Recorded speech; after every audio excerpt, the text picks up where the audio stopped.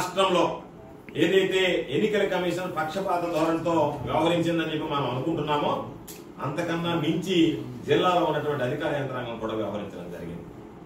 మచ్చుకి నేను మీకు ఒక వీడియో చూపిస్తున్నా. ఈ వీడియోలో సర్వేపల్లి నియోజకవర్గానికి సంబంధించి తెలుగుదేశం పార్టీ అభ్యర్థిగా పోటీ చేస్తున్నటువంటి సోమిరెడ్డి నేరుగా తనే ఓటర్లకు డబ్బులు పంచాడు. నేరుగా సర్వేపల్లి నియోజకవర్గంలో పోటీ చేస్తున్నటువంటి అభ్యర్థిగా ఉన్నటువంటి సోమిరెడ్డి నేరుగా తన జోబిలో నుంచి డబ్బులు తీసి నగదు పంపిణీ చేశాడు. ఇది మీడియాలో వచ్చింది, వార్తాపత్రికలో వచ్చింది, సోషల్ మీడియాలో వచ్చింది, ఇవన్నీ వచ్చాయి.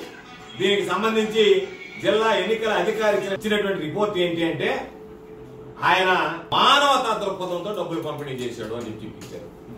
ఎక్కడన్నా ఎన్నికల్లో సిగ్గుపడాల్సినటువంటి విషయం ఇది.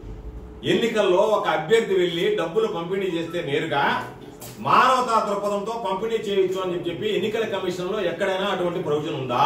సరే, దాన్ని అక్కడ పెడదాం. ఏదో ఒక ఛానల్లో సోషల్ మీడియాలో ఎవరో వైఎస్ఆర్ కాంగ్రెస్ పార్టీకి సంబంధించినటువంటి వాళ్ళు డబ్బులు పంచుతున్నారు అంటే ఇదే జిల్లా ఎన్నికల అధికారి కలెక్టర్ గా ఉన్నటువంటి వ్యక్తి ఆగమేఘాల మీద తోటపల్లి గూడూరు పోలీస్ స్టేషన్ ఎస్ఐకి ఆదేశాలు ఇచ్చి ఏ విధంగా పంపిణీ చేస్తున్నారని చెప్పి సోషల్ మీడియాలో వచ్చింది కాబట్టి మీరు ఎఫ్ఐఆర్ చేయండి అని చెప్పి ఎఫ్ఐఆర్ చేయించారు.